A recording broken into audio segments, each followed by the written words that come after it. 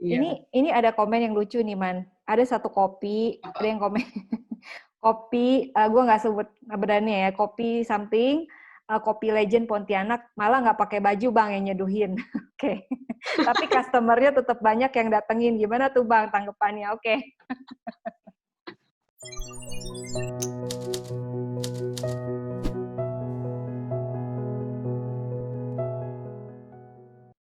Halo guys, balik lagi bareng saya Amanda dari Craftdale dan masih ditemenin nih sama Yvonne dari Simplicure Branding Consultant, masih di channel kita Branding for Dummies in Crisis. Nah, Yeah. kemarin kan kita udah sempat ngobrol-ngobrol ya, cuman masih belum dijawab tuh Fon, kenapa sih branding itu penting gitu buat bisnis?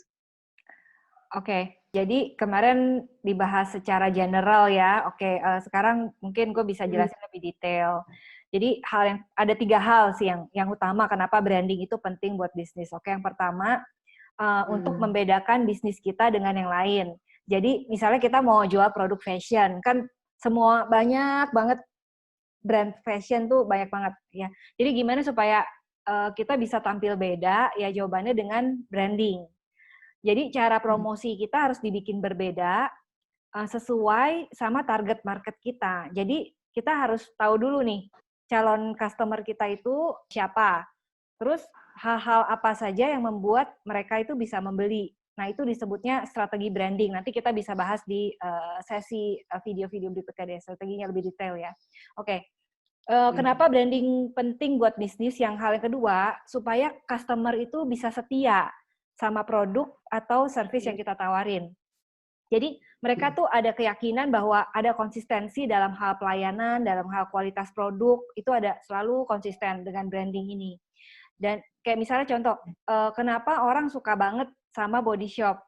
Terus-terusan pakai brand body shop. Nah, karena mereka punya strategi branding yang tepat. Jadi mereka tentukan bahwa mereka selalu dari bahan-bahan alami, mereka against animal testing dan sebagainya. Itu bikin orang tuh connected sama brandnya dan dia bisa setia memakai itu. Dan tentunya sih udah pasti produk juga harus bagus ya, maksudnya mereka cocok gitu sama produknya. Oke. Terus hal yang ketiga, kenapa branding penting buat bisnis? Jadi supaya kita nggak terjebak dalam perang harga. Begitu ada orang keluarin produk yang mirip-mirip, kita tuh nggak harus nurunin harga gitu loh. Jadi dengan branding tuh kita punya standar yang berbeda, yang lebih tinggi value-nya di mata customer kita. Jadi orang tahu, oke, walaupun misalnya jual baju, bajunya ini memang harganya lebih mahal sama-sama celana panjang, tapi karena gue percaya kalau brand ini cutting-annya pasti bagus, jahitannya pasti rapi, dia lebih yakin. Gitu. Iya karena orang mindsetnya branding itu ya udah gitu cuman sekedar logo dipajang gitu. Padahal kan Iya. sebenarnya standar itu juga masih bagian dari dalam branding ya. Iya. Nah, gue jadi keinget nih kemarin tuh gue lagi biasa lah ya browsing Instagram terus ketemu nih kisah ini yang sempat kayaknya heboh gitu ya. Nah ini Apa gue tuh gue viral? ya sempat viral nih gue share screen ya. Oke. Eh, Oke, nah jadi ini dia tuh food F&B consultant lah. Cuman bukan itu yang kita mau bahas, tapi intinya dia tuh sempet komplain gitu. Dan menurut gua komplain sah-sah aja lah ya, namanya juga orang mau komplain gitu kan. Kan itu demi kebaikan kita juga gitu. Nah jadi intinya ceritanya dia tuh datang pergi beli kopi, terus si baristanya itu sama sekali yang kayak nggak ada ucapan terima kasih, terus ya jutek lah intinya. Nah setelah ini pokoknya di slide yang ke sekian, dia akhirnya bikin dot point lah. Intinya si barista ini nggak pakai apron, nggak nyapa customer, nggak nawarin orderan, dan yang paling parahnya nggak bilang terima Terima kasih juga kasih. gitu. Nah sebenarnya kalau ada komplain tuh kadang-kadang kita udah defensif duluan ya, tapi sebenarnya kan ini tuh tapi kalau si customer kita juga care gitu. Jadi balik lagi tadi kan Ya, customer care lah. pas Makanya kita dia komplain ya. Coba ini sih, iya, menurut gua ya, dia sih kasih poin-poin gini sih, itu benar banget. Jadi, ini berarti baristanya itu nggak ngikutin SOP-nya. Padahal kan standard operational procedure itu kan selalu ada. Jadi, branding itu juga mencakup, harusnya SOP juga selalu ada. Jadi, kayak misalnya customer service balesin WhatsApp gitu. Itu harusnya ada SOP-nya. Barista apalagi yang udah ngadepin customer in person ya. tidak pakai apron, tidak menyapa customer, tidak menawarkan order, oke, tidak bilang terima kasih. SOP-nya mungkin nggak ada sih, Man. Jadi ya kita nggak tahu deh ada sini ya. Ini seru juga ya, Iya. komennya panjang ya, Man. Banyak banget. Ini banyak banget nih, komennya banyak banget nih. Terus akhirnya dia ambil kesimpulan, ya Starbucks lah, tetap apapun kopinya Starbucks tetap baristanya gitu. Jadi memang Dia bukannya sebut kita mendewakan again Starbucks.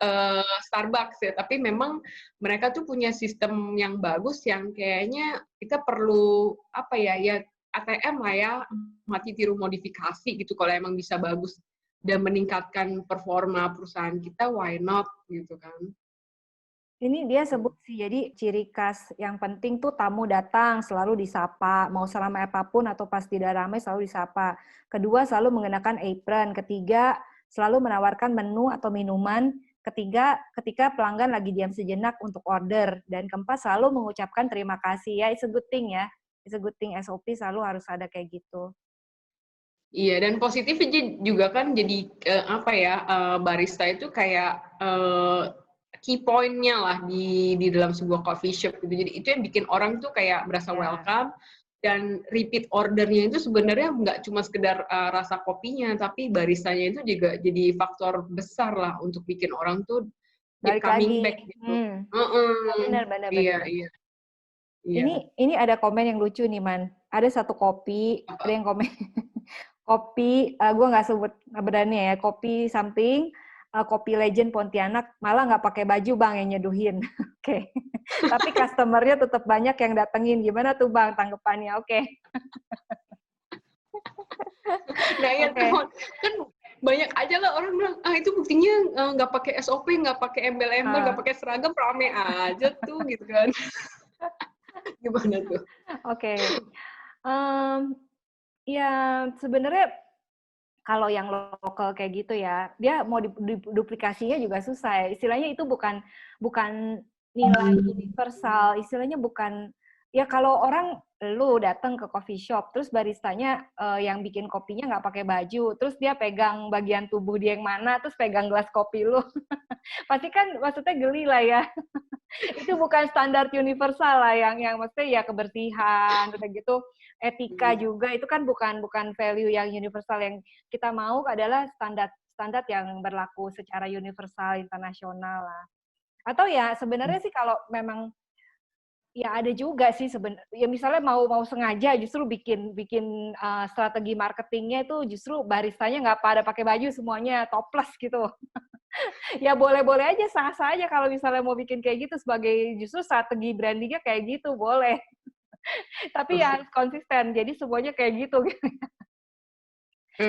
Kayak Hooters kali ya? Hooters, ya kayak Hooters. Ya coba balik lagi di mana lah. Kalau Hooters kan ya maksudnya mengeksploitasi, istilahnya banyak yang protes juga kan, itu jadi kontroversial lah istilahnya, kok perempuan disuruh pakai baju cuman kayak bikini doang, terus menyajikan itu hamburger gitu kan. Ya itu cuman ya it works gitu loh, the strategy works walaupun banyak yang protes ya. Kalau kayak di sini misalnya baristanya nggak pakai baju ya I don't know. Ya mungkin ya mungkin lihat-lihat situasi, lihat-lihat ini juga kali ya, lihat-lihat lokasi mau bukanya di mana. Iya benar-benar. Tapi kalau misalnya memang berhasil bisa jadi strategi branding baru ya why not kali. Kalau masyarakat kita terima. Oke, jadi gimana dong kesimpulannya nih kita?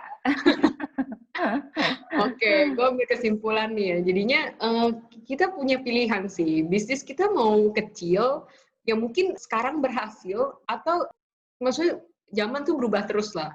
Jadi kita mau milih, mau bisnis kita gitu-gitu aja, atau kita mau bisnis yang besar, yang bisa diduplikasi dengan mudah, dengan punya SOP yang jelas, dan kita bisa bertaraf internasional lah gitu. International quality. Ya, jadi kita kan mikir ke depan dong, kita punya mimpi besar, bisnis kita nggak cuma gitu-gitu aja. Oke guys, stay tune terus, see you on the next video, dan bersama Gulingkan Indonesia. See you guys. Bye.